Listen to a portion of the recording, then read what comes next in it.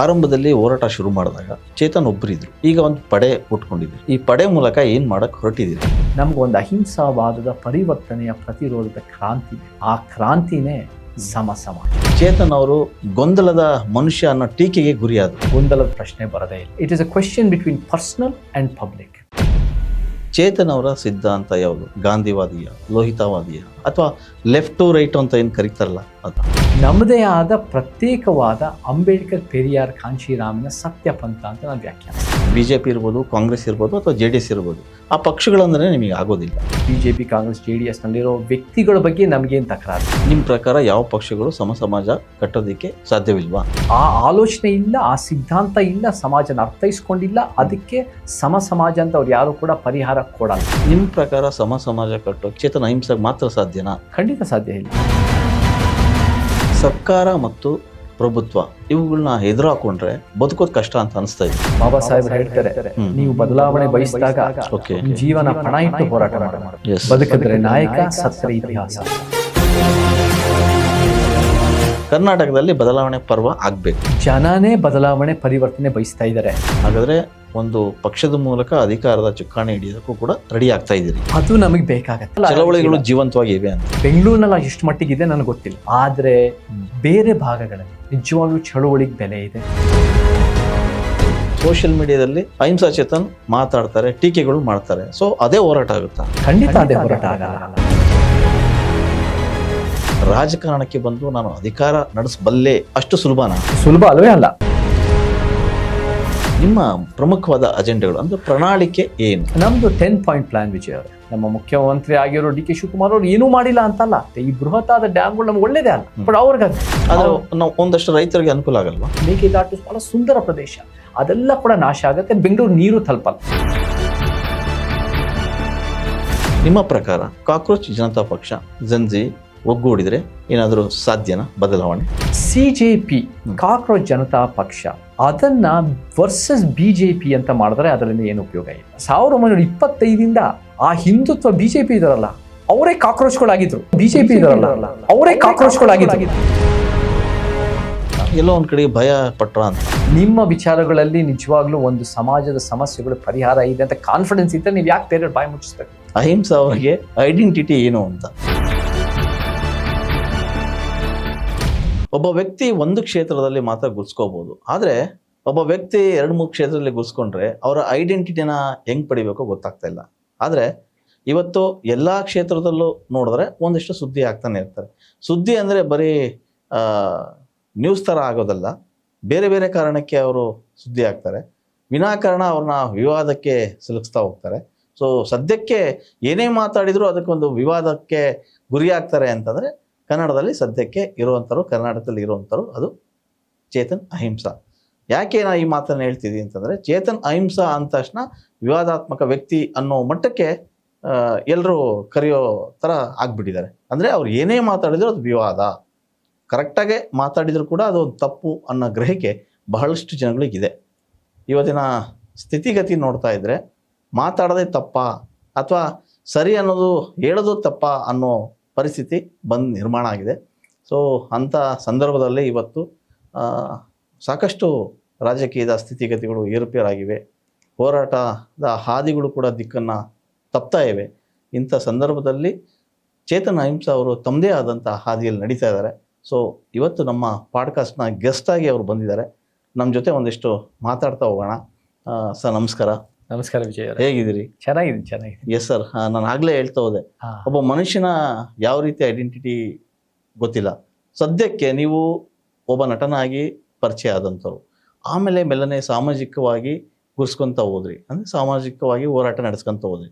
ಸದ್ಯದ ಪರಿಸ್ಥಿತಿ ನೋಡಿದ್ರೆ ಅಹಿಂಸಾ ಅವರಿಗೆ ಐಡೆಂಟಿಟಿ ಏನು ಅಂತ?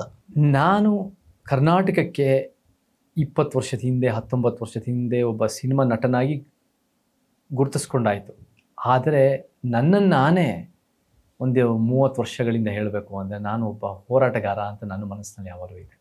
ನಾನು ಕರ್ನಾಟಕಕ್ಕೆ ಬಂದಿದ್ದ ಉದ್ದೇಶನೇ ಸೇವೆ ಮಾಡಬೇಕು, ಹೋರಾಟ ಮಾಡಬೇಕು, ಚಳುವಳಿ ಮಾಡಬೇಕು ಅನ್ನೋ ಉದ್ದೇಶದಿಂದ ಒಂದು ಸಮಾಜ ನಿರ್ಮಾಣ ಮಾಡಬೇಕು ಅಂತ. ನನಗೆ ಆವಾಗ 21 ವರ್ಷದ ಹಿಂದೆ ಬಂದಾಗ ನನಗೆ ಚಳುವಳಿಗಳು ಪರಿಚಯ ಇರಲಿಲ್ಲ. ಓಕೆ.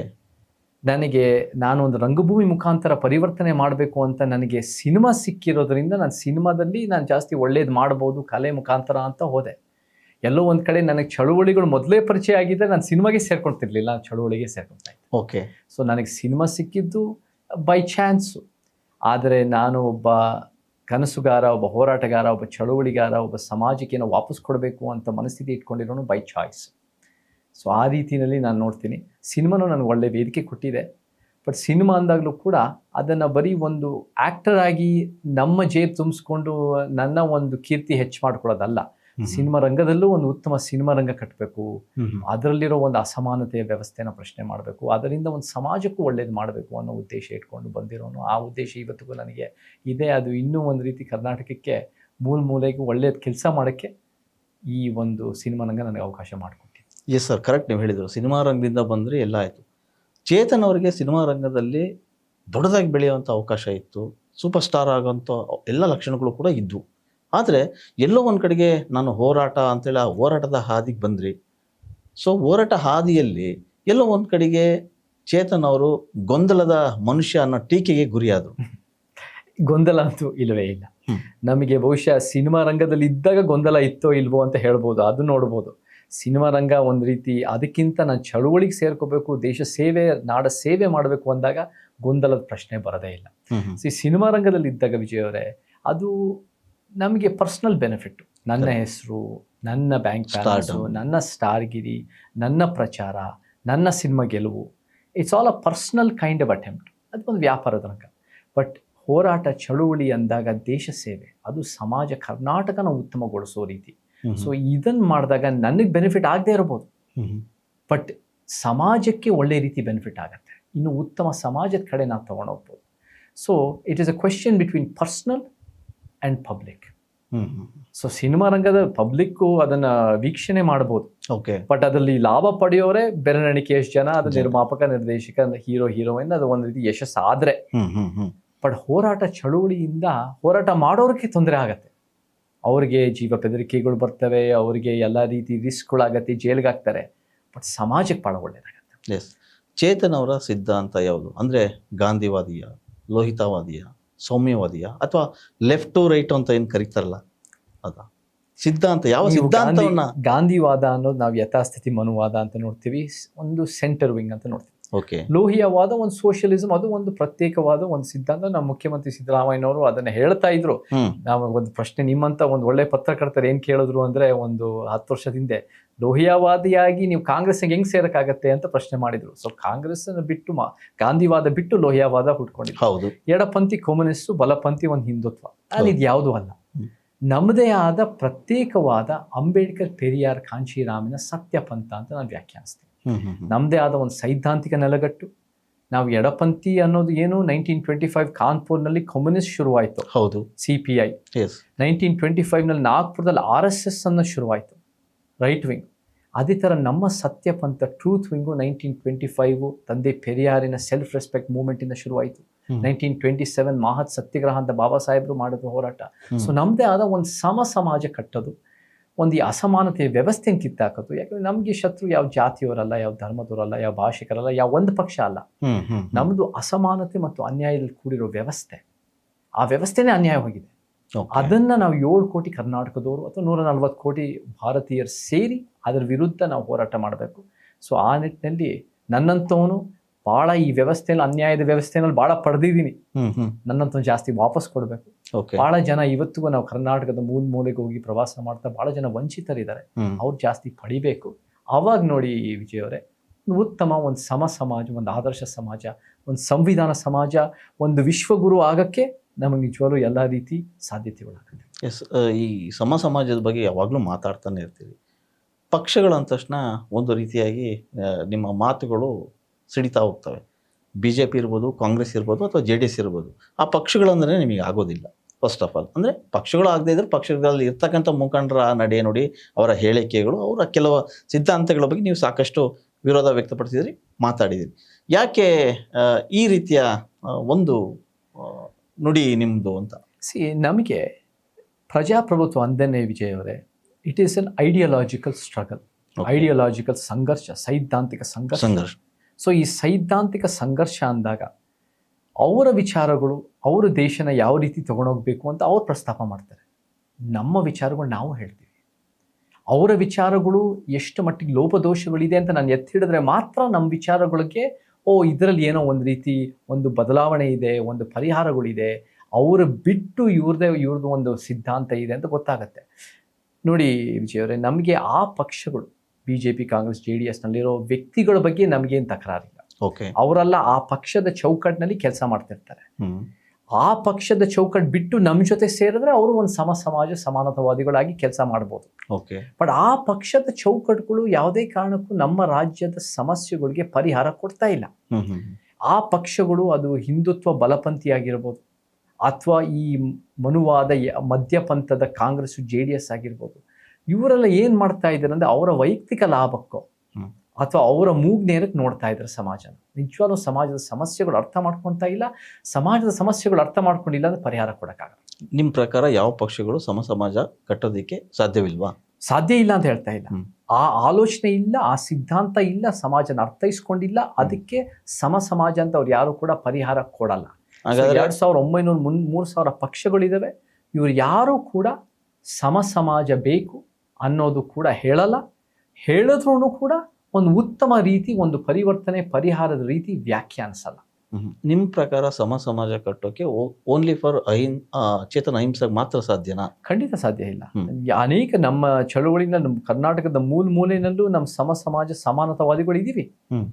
ಯಾವೆಲ್ಲರೂ ಕೂಡ ನಮ್ಮ ರೀತಿಯಲ್ಲಿ ಜನಪರವಾಗಿ ನಾವು ಕೆಲಸ ಮಾಡ್ತಾ ಇದೀವಿ. ನಾನೇನ್ ಮಾಡ್ತಾ ಇದ್ದೀನಿ ಅಂದ್ರೆ, ನನಗೆ ಸಿನಿಮಾ ಸಿಕ್ಕಿರೋ ವೇದಿಕೆಯಿಂದ ನಾನು ಜಾಸ್ತಿ ರಾಜ್ಯ ಮಟ್ಟದಲ್ಲಿ ರೀಚ್ ಮಾಡೋಕ್ಕಾಗೋದ್ರಿಂದ ನಾನು ಎಲ್ಲಾ ಒಂದು ರೀತಿ ಸಮಾನತೆಗೋಸ್ಕರ, ವೈಜ್ಞಾನಿಕತೆಗೋಸ್ಕರ ಕಟ್ತಾ ಇರೋ ಚಳುವಳಿಗಳನ್ನ ಒಗ್ಗಟ್ಟು ಮಾಡ್ತಾ ಇದ್ದೀನಿ. ಅಂದ್ರೆ ನಮ್ಮ ದಲಿತ, ಆದಿವಾಸಿ, ಬಹುಜನ ಚಳುವಳಿ ಆಗಿರ್ಬೋದು, ನಮ್ಮ ರೈತ ಕಾರ್ಮಿಕ ಚಳುವಳಿ ಆಗಿರ್ಬೋದು, ನಮ್ಮ ಮಹಿಳಾ ಸಂಘಟನೆಗಳು, ಲಿಂಗ ಸಮಾನತೆ ಚಳುವಳಿ, ನಮ್ಮ ಪ್ರಾದೇಶಿಕ ಭಾಷೆಗಳ ಚಳುವಳಿ ಆಗಿರ್ಬೋದು, ಶಿಕ್ಷಣಕ್ಕೋಸ್ಕರ, ಆರೋಗ್ಯಕ್ಕೋಸ್ಕರ, ಎಲ್ಲ ರೀತಿ ನಮ್ಮ ಪರಿಸರ ಪರಿವರ್ತನೆಗೋಸ್ಕರ, ಅದು ಕೂಡ ಒಂದು ಪರಿಸರ ನಾಶ ಆಗದೇ ಇರಂಗೆ ನಾವು ನೋಡ್ಬೋದು, ಭ್ರಷ್ಟಾಚಾರ ವಿರುದ್ಧ ಚಳುವಳಿ, ಯುವಕರ ವಿದ್ಯಾರ್ಥಿ ಚಳುವಳಿ, ಎಲ್ಲ ಚಳುವಳಿಗಳನ್ನು ಒಗ್ಗಟ್ಟು ಮಾಡಿ ಒಂದು ಸಮಾಜ ನಿರ್ಮಾಣ ಮಾಡೋದು ನಮ್ಮ ಉದ್ದೇಶ. ಸೊ ನಾನು ಹೊಸ್ತೇನೂ ಮಾಡ್ತಾ ಇಲ್ಲ, ಇರೋರೆಲ್ಲ ಒಂದೇ ಜೊತೆಗೆ ಸೇರಿ ನಾವು ಒಂದು ಉತ್ತಮ ರೀತಿ ತಗೊಂಡು ಹೋಗ್ತಾ ಇದ್ದೀನಿ ಅಷ್ಟೇ. ಸೊ ಆ ರೀತಿಯಲ್ಲಿ ಇಟ್ಸ್ ನಾಟ್ ಎನಿಥಿಂಗ್ ಬೇರೆಯವ್ರು ಮಾಡೋಕ್ಕಾಗಲ್ಲ ಅಂತ ಅಲ್ಲ. ನನಗೆ ಜಾಸ್ತಿ ಅವಕಾಶಗಳು ಸಿಕ್ಕಿದೆ, ಜಾಸ್ತಿ ಒಂದು ವೇದಿಕೆ ಸಿಕ್ಕಿದೆ ಸಿನಿಮಾದ ಮುಖಾಂತರ. ನನಗೂ ಕೂಡ ಶಿಕ್ಷಣ, ಆರೋಗ್ಯ ಮತ್ತು ಒಂದು ಬೇರೆ ರೀತಿ ಒಂದು ಆರ್ಥಿಕ ಅವಕಾಶಗಳು ನನಗೆ ಫ್ಯಾಮಿಲಿಯಿಂದನೂ ಸೆಕ್ಯೂರಿಟಿ ಬಂದಿದೆ. ಸೊ ಈ ರೀತಿಯಲ್ಲಿ ಪ್ರಿವಿಲೇಜ್ ಸವಲತ್ತು ಜಾಸ್ತಿ ಇರೋದ್ರಿಂದ ನಾನು ಜಾಸ್ತಿ ವಾಪಸ್ ಕೊಡಬೇಕು ಅಂತ ನನ್ನ ವಾದ. ಸರ್ಕಾರ ಮತ್ತು ಪ್ರಭುತ್ವ ಇವುಗಳನ್ನ ಎದುರು ಹಾಕೊಂಡ್ರೆ ಬದುಕೋದು ಕಷ್ಟ ಅಂತ ಅನಿಸ್ತಾ ಇದೆಯಾ? ರಿಸ್ಕ್ ಇದ್ದೇ ಇರುತ್ತೆ. ಬಾಬಾ ಸಾಹೇಬ್ರು ಹೇಳ್ತಾರೆ, ನೀವು ಬದಲಾವಣೆ ಬಯಸಿದಾಗ ಜೀವನ ಪಣ ಇಟ್ಟು ಹೋರಾಟ ಮಾಡಬೇಕು. ಬದುಕಿದ್ರೆ ನಾಯಕ, ಸತ್ತರೆ ಇತಿಹಾಸ ಅಂತ ಒಂದು ರಿಸ್ಕ್ ಇದ್ದೇ ಇದೆ. ಇದು ಸುಲಭವಾಗಿ ನೀವು ಸಿನಿಮಾ ರಂಗದಲ್ಲಿ ಎಲ್ಲೋ ಒಂದು ಕಡೆ ನಿಮಗೆ ಒಳ್ಳೆ ದುಡ್ಡು ಸಿಗತ್ತೆ, ಎಲ್ಲ ನೀವು ಬೇರೆಯವ್ರು ಕಷ್ಟಪಟ್ಟು ಕ್ರಿಯಾಶೀಲತೆಯಿಂದ ಕೆಲಸ ಮಾಡಿದ್ರು ರಿಸ್ಕ್ ತೊಗೊಂಡ್ರು ನಿಮಗೆ ಎಲ್ಲ ಲಾಭ ಆಗುತ್ತೆ ಅಂತ ನೋಡೋಕ್ಕಾಗಲ್ಲ. You have to look at it like ದೇಶ ಸೇವೆ ಅಂದಾಗ ನಿಮ್ಗೆ ಬೇರೆ ವಿಚಾರವಂತರು ಇರ್ತಾರೆ, ಬೇರೆ ಹಂತಕ್ಕೋಸ್ಕರ ಅಧಿಕಾರ ಹಿಡಿಯೋರು ಇರ್ತಾರೆ. ನೀವು ಅದನ್ನು ಎದುರಿಸಿ, ನನ್ನ ಕಣ್ಣಲ್ಲಿ ಅವರ ವಿಚಾರ ನಾವು ಬಾಯಿ ಮುಚ್ಚಿಸೋ ಪ್ರಶ್ನೆ ಬರಲ್ಲ, ನಮ್ಮ ವಿಚಾರನೂ ಅವರು ನಮ್ಮನ್ನು ಬಾಯಿ ಮುಚ್ಚಿಸಲ್ಲ. ಯಾರು ಉತ್ತಮ ಇರುತ್ತೋ ಜನನೇ ಆಯ್ಕೆ ಮಾಡ್ತಾರೆ. We all respect democracy. ಪ್ರಜಾಪ್ರಭುತ್ವ ಎತ್ತಿ ಹಿಡಿಯೋದು ನಮ್ಮ ಉದ್ದೇಶ. ನಾವು ನಿಜ ಹೇಳಬೇಕಂದ್ರೆ ಪ್ರಜಾಪ್ರಭುತ್ವ ಎತ್ತಿ ಹಿಡಿತಿರೋರೇ ನಾವು. ಸರ್ಕಾರಗಳನ್ನ ಪ್ರಶ್ನೆ ಮಾಡ್ತಾ ಇದೀವಿ, ಸರ್ಕಾರದಲ್ಲಿರೋ ಯೋಜನೆ, ನೀತಿ, ಕಾನೂನುಗಳು ಪ್ರಶ್ನೆ ಮಾಡ್ತಾ ಇದ್ವಿ. ನಾವೇನು ಅವ್ರ ಪರ್ಸನಲ್ ಲೈಫ್ ಬಗ್ಗೆ ನಮಗೆ ಗೊತ್ತಿಲ್ಲ. ಮೀಡಿಯಾದಲ್ಲಿ ಬರೋದು ಏನು ಒಂದು ರೀತಿ ಅವ್ರು ತಂದಿರೋ ಯೋಜನೆಗಳು, ಅದನ್ನು ನಾವು ಪ್ರಶ್ನೆ, ಅವ್ರು ಹೇಳಿರೋ ಮಾತುಗಳು, ಅದನ್ನು ಪ್ರಶ್ನೆ ಮಾಡ್ತೀವಿ ಹೊರತು ನಮಗೇನು ಯಾರ ಮೇಲೂ ಪರ್ಸನಲ್ ಅನಿಮಾಸಿಟಿ ಇಲ್ವೇ ಇಲ್ಲ. We look at it like ideological movements, ಸಿದ್ಧಾಂತಗಳು, ವಿಚಾರಗಳು, ಅದರ ನಡುವೆ ಒಂದು ರೀತಿ ಘರ್ಷಣೆ, ಸಂಘರ್ಷಣೆ ಅಥವಾ ಒಂದು ರೀತಿ ವಾಗ್ವಾದ ಆಗಬೇಕು ಹೊರತು ನಮ್ಗೆ ಯಾವ ವ್ಯಕ್ತಿಗಳ ವಿರುದ್ಧ ನಮ್ಗೆ ಯಾವುದೇ ಒಂದು ತಕರಾರಿಲ್ಲ. ಆರಂಭದಲ್ಲಿ ಹೋರಾಟ ಶುರು ಮಾಡಿದಾಗ ಚೇತನ್ ಒಬ್ಬರಿದ್ರು, ಈಗ ಒಂದು ಪಡೆ ಉಟ್ಕೊಂಡಿದೆ. ಈ ಪಡೆ ಮೂಲಕ ಏನು ಮಾಡಕ್ಕೆ ಹೊರಟಿದ್ದೀರಿ? ನಮ್ಗೆ 224 ಮತಕ್ಷೇತ್ರಗಳಲ್ಲೂ ವಿಜಯ್ ಅವರೇ ನಮ್ಮ ಸಮಾಜದ ಸಮಾನತಾವಾದಿಗಳು ಇರಬೇಕು. ಅದನ್ನು ನಾವು ಕಟ್ತಾ ಬಂದಿದ್ದೀವಿ. ನಾವು ಇವಾಗಲೇ 1-2 ವರ್ಷಗಳಿಂದ ಎಲ್ಲ ಮತಕ್ಷೇತ್ರದಲ್ಲೂ ನಮ್ಮ ಟೀಮ್ಗಳು ಕಟ್ಟಿದ್ದೀವಿ. ನಮಗೆ ಶಾಶ್ವತವಾದ ಪರಿಹಾರ ಬೇಕು ಅಂದರೆ ಹೋರಾಟದಿಂದ ಸಾಧ್ಯ ಇಲ್ಲ. ಹೋರಾಟ ಒಂದು ಭಾಗ, ಸೇವೆ ಒಂದು ಭಾಗ, ಜಾಗೃತಿ ಒಂದು ಭಾಗ. ಚಳುವಳಿಗಳು ಒಗ್ಗಟ್ಟಾಗೋದು ಒಂದು ಭಾಗ. ಇದೆಲ್ಲ ಜೊತೆಗೆ ಸೇರಿ ಒಂದು ಐಡಿಯಲಿ ಒಂದು ಪೊಲಿಟಿಕಲ್ ಮೂವ್ಮೆಂಟ್ ಆಗ್ಬೇಕು. ಕರೆಕ್ಟ್. ಆ ಪೊಲಿಟಿಕಲ್ ಮೂವ್ಮೆಂಟ್ ಆದರೆ ನೋಡಿ ಕರ್ನಾಟಕಕ್ಕೆ ನಾವು ಒಂದು ಪರ್ಯಾಯ ಕೊಟ್ಟು ನಾವು ಒಂದು ಉತ್ತಮ ಸಮಾಜದ ವಿಚಾರಗಳು ಜನರ ಮುಂದೆ ಇಟ್ಟು ಎಲ್ಲ ರೀತಿ ಪರಿವರ್ತನೆ, ಶಿಕ್ಷಣ, ಆರೋಗ್ಯ, ನಮ್ಮ ಭಾಷೆಗಳು, ಜಾತಿ ವ್ಯವಸ್ಥೆ, ಅಸಮಾನತೆ ಕಿತ್ತಾಗೋದು, ಲಿಂಗ ಸಮಾನತೆ ತರೋದು, ಆರ್ಥಿಕತೆ, ಭೂಮಿ, ರೈತರು, ಕಾರ್ಮಿಕರು, ಎಲ್ಲ ವಿಚಾರ, ನಿಜವಾದ ಧರ್ಮ ನಿರಪೇಕ್ಷತೆ, ಪೊಲೀಸ್ ವ್ಯವಸ್ಥೆಯನ್ನು ಸರಿಪಡಿಸೋದು, ಪ್ರಿಸನ್ ವ್ಯವಸ್ಥೆ, ಅಭಿವ್ಯಕ್ತಿ ಸ್ವಾತಂತ್ರ್ಯನ ಎತ್ತಿ ಹಿಡಿಯೋದು. ಐ ಮೀನ್ ದ ಸಿಸ್ಟಮ್ ಅನ್ನೋದೇನು ವಿಜಯ್ ಅವರೇ, ಇಡೀ ವ್ಯವಸ್ಥೆ ಹಾಳಾಗ್ಬಿಟ್ಟಿದೆ, ವ್ಯವಸ್ಥೆನೇ ಹದಗೆಟ್ಟೋಗ್ಬಿಟ್ಟಿದೆ. ಈ ಪಕ್ಷಗಳು ಅವರ ರೀತಿಯಲ್ಲಿ ದುಡ್ಡಿಂದ ಎಲ್ಲ ರೀತಿ ಲಾಭ ಮಾಡ್ಕೊಳ್ತಾ ಇದ್ದಾರೆ, ಅಥವಾ ಅವರ ಒಂದು ಜನಪರವಾಗಿ ಇಲ್ಲದೆ ಇರೋ ಸಿದ್ಧಾಂತದಿಂದ ಬೆಳ್ಕೊಂಡು ಬರ್ತಾ ಇದ್ದಾರೆ. ನಾವು ಇದನ್ನೆಲ್ಲ ಸರಿ ಮಾಡಿಸ್ಬೇಕು ಅಂದ್ರೆ ಏನು ಬೇಕು? ನಮಗೊಂದು ಅಹಿಂಸಾವಾದದ ಪರಿವರ್ತನೆಯ ಪ್ರತಿರೋಧದ ಕ್ರಾಂತಿ ಬೇಕು. ಆ ಕ್ರಾಂತಿನೇ ಸಮ ಸಮಾಜ. ಎಸ್, ಹಾಗಾದರೆ ನೀವು ಹೇಳೋ ಹಿಂದಿನ ಅರ್ಥ ಒಂದು ಪಕ್ಷ, ಒಂದು ಪಾರ್ಟಿ, ಸೊ ಅದು ಈಗ ಬದಲಾವಣೆ ಬಯಸ್ತಾ ಇದೆ. ಕರ್ನಾಟಕದಲ್ಲಿ ಬದಲಾವಣೆ ಪರ್ವ ಆಗಬೇಕು. ಜನನೇ ಬದಲಾವಣೆ ಪರಿವರ್ತನೆ ಬಯಸ್ತಾ ಇದ್ದಾರೆ. ನಮಗೆ ಆ ಪರಿವರ್ತನೆ ಕೊಡೋ ಥರ ಒಂದು ಆಪ್ಷನ್ ಇಡೋ ಪಕ್ಷ ಕೊಡ್ಬೇಕು ನಾವು ಜನರಿಗೆ. ಓಕೆ, ನಮಗೆ ನಮ್ಗೆ ಏನೋ ಒಂದು ದೋಸೆ ತಿನ್ನಬೇಕು ಅಂತ ಆಸೆ, ಎಷ್ಟು 108 ದೋಸೆಗಳು ಇರ್ತವೆ, ಅದನ್ನ ಆಯ್ಕೆ ಮಾಡೋಕೆ ಯಾವ್ದು ನಮ್ಗೆ ಇಷ್ಟನೋ ಅದನ್ನ ಆಯ್ಕೆ ಮಾಡ್ತೀವಿ. ಓಕೆ, ಪಕ್ಷಗಳಂದಾಗ ನಮ್ 3 ಪಕ್ಷ ಕೊಟ್ರೆ ಹೆಂಗೆ? ನಾವು ಒಂದು ರೀತಿ ನಿಜವಾಗ್ಲೂ ಜನಪರವಾಗಿರೋದು, ನಿಜವಾಗ್ಲೂ ಒಂದು ಜನರಿಗೆ ಒಳಿತಿಗಾಗಿ ಕೆಲಸ ಮಾಡ್ತಿರೋದು, ನಿಜವಾಗ್ಲೂ ಒಂದು ಕ್ಲೀನ್ ಆಗಿರೋ ಒಂದು ಪ್ರೋ ಪೀಪಲ್ ಇರೋ ಒಂದು ಪಕ್ಷ ಕೊಟ್ರೆ ಆಪ್ಷನ್ ಕೊಡು. ಅವ್ರು ರಿಜೆಕ್ಟ್ ಮಾಡಿದ್ರೆ ಅದನ್ನ ಒಪ್ಕೋಬೇಕಾಗತ್ತೆ. ಬಟ್ ನಾವು ಆಪ್ಷನ್ ಇಟ್ಟಿಲ್ಲ ಅಂದ್ರೆ ಜನರ ಮೇಲೆ ತಪ್ಪು ಹಾಕೋ ಪ್ರಶ್ನೆ ಬರಲ್ಲ. ಕರೆಕ್ಟ್. ಜನರು ಅವ್ರ ಜೀವನದ ಜಂಜಾಟದಲ್ಲಿ ಬದುಕ್ತಾ ಇರ್ತಾರೆ, ಅವ್ರ ಲೈಫೇ ಕಷ್ಟ ಇರುತ್ತೆ, ಅವ್ರದ್ದು ದಿನ ಬಾಡಿಗೆ ಕಟ್ಟೋದು, ಅವ್ರ ಸಂಸಾರ, ಅವರ ತಂದೆ ತಾಯಿ ಆರೋಗ್ಯ, ಮಕ್ಕಳು ಶಿಕ್ಷಣ, ಎಲ್ಲ ರೀತಿ ಸಮಸ್ಯೆಗಳು ಇರುತ್ತೆ. ನಾವು ಏನು ಕೊಡ್ಬೇಕಂದ್ರೆ ರೆಡಿ ಮಾಡಿ, ನನ್ನಂಥವನು ಜಾಸ್ತಿ ಸವಲತ್ತಿರೋನು, ಜಾಸ್ತಿ ಒಂದು ರೀತಿ ಪ್ರಿವಿಲೇಜ್ ಪಡೆದಿರೋನು, ಅದೇನು ನನ್ನ ಬೆವರಿಂದ ಅಲ್ಲ, ನನ್ನ ಶ್ರಮದಿಂದ ಅಲ್ಲ, ಜನ್ಮ ಆಧಾರಿತವಾಗಿ ಪಡೆದಿರೋದು, ಅದನ್ನು ನಾನು ವಾಪಸ್ ಕೊಟ್ಟು ನಾವು ಒಂದು ಹೆಂಗೆ ಜೊತೆಗೆ ಸೇರಿ ಕರ್ನಾಟಕಕ್ಕೆ ಒಂದು ಒಳ್ಳೆ ಆಪ್ಷನ್ ಇಟ್ಟು ಒಳ್ಳೆ ಕ್ಯಾಂಡಿಡೇಟ್ಸ್ ಇಟ್ಟರೆ ಅವ್ರಿಗೆ ಒಂದು ಸೆಲೆಕ್ಟ್ ಮಾಡೋಕೆ ಅವಕಾಶ ಸಿಗುತ್ತೆ. ಆಮೇಲೆ ಅವರು ನಮ್ಮನ್ನು ಅವ್ರಿಗೂ ಕನ್ವಿನ್ಸ್ ಆದರೆ, ಮನವರಿಕೆ ಆದರೆ ನಮ್ಮ ಜೊತೆ ಖಂಡಿತ ನಿಂತ್ಕೊಂತಾರೆ ಅನ್ನೋ ಭರವಸೆ ನನಗೆ. ಹಾಗಾದರೆ ಒಂದು ಪಕ್ಷದ ಮೂಲಕ ಅಧಿಕಾರದ ಚುಕ್ಕಾಣಿ ಹಿಡಿಯೋದಕ್ಕೂ ಕೂಡ ರೆಡಿ ಆಗ್ತಾ ಇದ್ದೀರಿ? ಅದು ನಮಗೆ ಬೇಕಾಗತ್ತೆ. ಒಂದು ಪಕ್ಷದ ಮುಖಾಂತರ ಅಧಿಕಾರದ ಚುಕ್ಕಾಣಿ ಹಿಡಿಯಕ್ಕೆ ಒಂದು ಪ್ರಾಮಾಣಿಕ ಪ್ರಯತ್ನ ಬೇಕಾಗತ್ತೆ. ಅದು ನಮಗೆ ನಮ್ಮ ಮಾದರಿಗಳು ಬಾಬಾ ಸಾಹೇಬರಾಗಿರ್ಬೋದು, ತಂದೆ ಪೆರಿಯಾರ ದ್ರವಿಡಿಯನ್ ಮೂವ್ಮೆಂಟ್ ಆಗಿರ್ಬೋದು, UP-ನಲ್ಲಿ ಕಾಂಚೀರಾಮರಾಗಿರ್ಬೋದು, ಇವೆಲ್ಲರೂ ಕೂಡ ಮಾಡಿ ತೋರಿಸಿದರೆ ನಾವು ಕೂಡ ಸಿದ್ಧಾಂತದ ಮುಖಾಂತರ ಒಂದು ಉತ್ತಮ ಸಮಾಜ, ಸಮ ಸಮಾಜ, ಸಂವಿಧಾನದ ಪ್ರಕಾರ ಜನರ ಮುಂದೆ ಇಡಕ್ಕೆ ಎಲ್ಲ ತಯಾರಿಗಳು ಮಾಡ್ಕೊಳ್ತಾ ಬರಬೇಕು. ಅದಾದಷ್ಟು ಬೇಗ ಅದು ನಾನು ಸಿಂಗಲ್ ಆಗಿ ನಾನು ತೀರ್ಮಾನ ಮಾಡೋದಲ್ಲ, ಎಲ್ಲ ಒಂದು ಅನೇಕ ವಿಚಾರವಂತರು, ಹೋರಾಟಗಾರರು, ಚಳುವಳಿಗಾರರು, ಕಾಳಜಿಯರು, ಬುದ್ಧಿಜೀವಿಗಳು ಎಲ್ಲರೂ ನಿಂತು ನಾವೆಲ್ಲರೂ ಒಂದು ಒಕ್ಕೊರಳಲ್ಲಿ ಒಂದು ಒಳ್ಳೆಯ ಪ್ಲಾನಿಂಗ್ ಮಾಡಿ ಅದನ್ನು ತೀರ್ಮಾನ ಮಾಡಬೇಕಾಗುತ್ತೆ. ಹಿಂದೆಲ್ಲ ಚಳವಳಿಗಳಿಗೆ ಒಂದು ಬೆಲೆ ಇರ್ತಾ ಇತ್ತು, ಕ್ರಾಂತಿ ಆಗ್ತಾ ಇತ್ತು. ಈಗ ಕ್ರಾಂತಿ ವಿಷಯ ಬಿಡಿ, ಪಕ್ಷಗಳು ಆಳವಾಗಿ ಬೇರೆಯವರು ಇದ್ದಾವೆ. ಹೌದು, ದೊಡ್ಡ ದೊಡ್ಡ ಪಕ್ಷಗಳು ಬಲಿಷ್ಠವಾಗಿವೆ ಹಣದಿಂದಲೂ.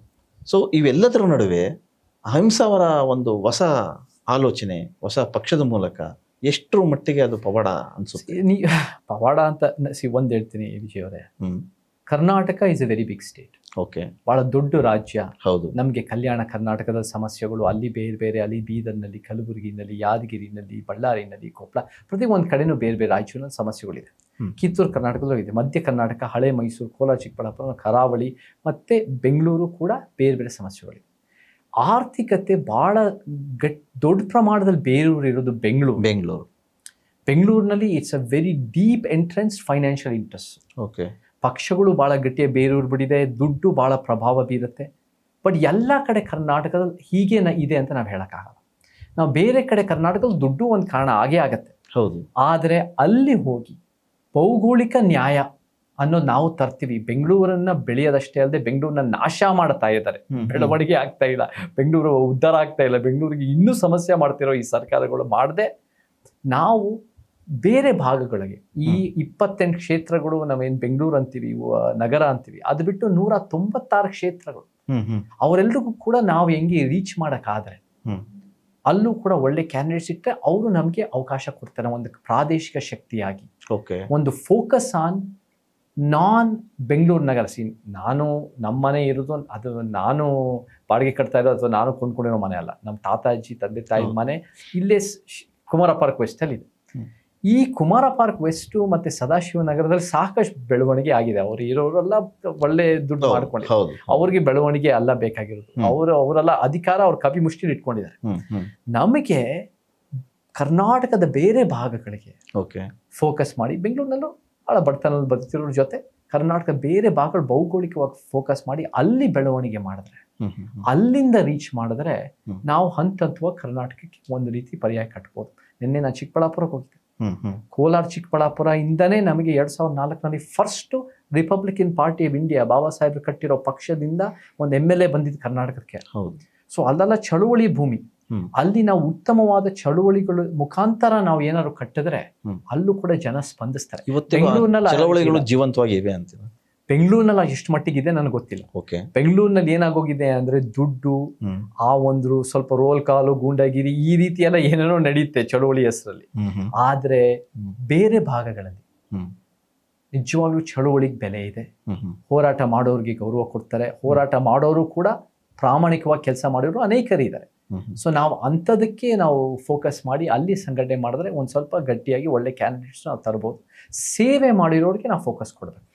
ಬಹುಶಃ ಇಷ್ಟೆಲ್ಲ ಹೇಳ್ತಾ ಹೋದ್ರೆ ಈಗ ಒಂದು ಸೈಲೆಂಟಾಗಿ ನೀವು ಒಂದು ಸಂಘಟನೆ ಆಗಿದೆ. ಸೈಲೆಂಟ್ ಆಗೋ ಆಗ್ತಾ ಇದೆ. ಒಂದು ಕೆಲವು ವಿಚಾರಗಳು ವೈಲೆಂಟ್ ಅಂತೂ ಆಗಲ್ಲ. ವೈಲೆಂಟ್ ಆಗೋ ಪ್ರಶ್ನೆ ನಾವಲ್ಲ, ಅಹಿಂಸಾವಾದಿಗಳು ಒಂದು ಸ್ವಲ್ಪ ವಿವಾದಗಳು ಬಂದಿದ್ದಾವೆ. ಬಟ್ ಹೆಚ್ಚಾಗಿ ನಮ್ಮ ಕೆಲಸ ನಾವು ಮಾಡ್ಕೊಂಡು ಹೋಗ್ತಾ ಇದೀವಿ. ಸೋಷಿಯಲ್ ಮೀಡಿಯಾದಲ್ಲಿ ಬಹಳ ರೀಚ್ ಆಗ್ತಾ ಇದೆ, ಯುವಕರಿಗೆ ಬಹಳ ಗೊತ್ತಾಗ್ತಾ ಇದೆ. ಒಂದ್ ಹೇಳ್ತೀನಿ ವಿಜಯ್ ಅವರೇ, ಒಂದು ಮಾತಿತ್ತು ನಾನು ಚಿಕ್ಕ ವಯಸ್ಸಿನಲ್ಲಿ ಕೇಳಿದ್ದೆ, the revolution will not be televised ಅಂತ ಮಾತಾಡಿದ್ರು. ಕ್ರಾಂತಿ ಅಂದ್ರು ಟಿವಿನಲ್ಲಿ ಬಂದು ಕ್ರಾಂತಿ ನಡೀತಾ ಇದೆ ಅಂತ ಯಾರೋ ಪ್ರಚಾರ ಮಾಡ್ತಾರೆ. ನೀವು ಟಿವಿನಲ್ಲಿ ಬರ್ತಾ ಇದೆ ಅಂದ್ರೆ, ದೊಡ್ಡ ಮೈನ್ ಸ್ಟ್ರೀಮ್ ಮೀಡಿಯಾಗಳಲ್ಲಿ ಬರ್ತಾ ಇದೆ ಅಂದ್ರೆ ಕ್ರಾಂತಿ ಅಲ್ಲ ಅದು. ಅದು ಅವ್ರಿಗೆ ಲಾಭ ಆಗ್ತಿರೋದು. ಆದ್ರೆ ಆಳುವ ಶಕ್ತಿಗಳಿಗೆ.